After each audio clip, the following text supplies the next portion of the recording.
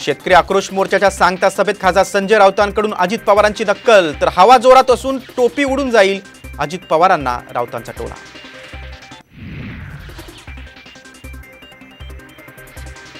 कारसेवक म्हणून बाबरी आंदोलनात सहभागी होतो त्याचा मला अभिमान, फडणवीसांचं वक्तव्य. तर फडणवीसांच्या वजनानं बाबरीचा ढाचा पडला असेल, उद्धव ठाकरेंचा खोचक टोला.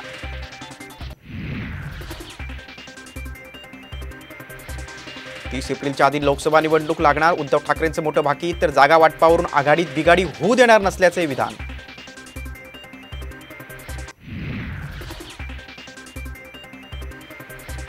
मुंबईतील तिन्ही मैदानं आम्हाला हवीत, मराठा आंदोलक जरांगे पाटलांची मागणी. तर फडणवीसांबाबत राग नाही, ते मराठा आरक्षणासाठीच काम करत असल्याचं वक्तव्य.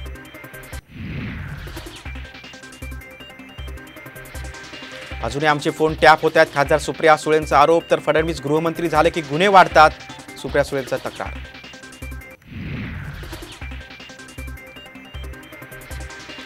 सुनील केदार यांच्या शिक्षेला स्थगिती देण्यास नागपूर सत्र न्यायालयाचा नकार, तुरुंगातील मुक्काम वाढला, जामिनासाठी वरच्या कोर्टात जावं लागणार.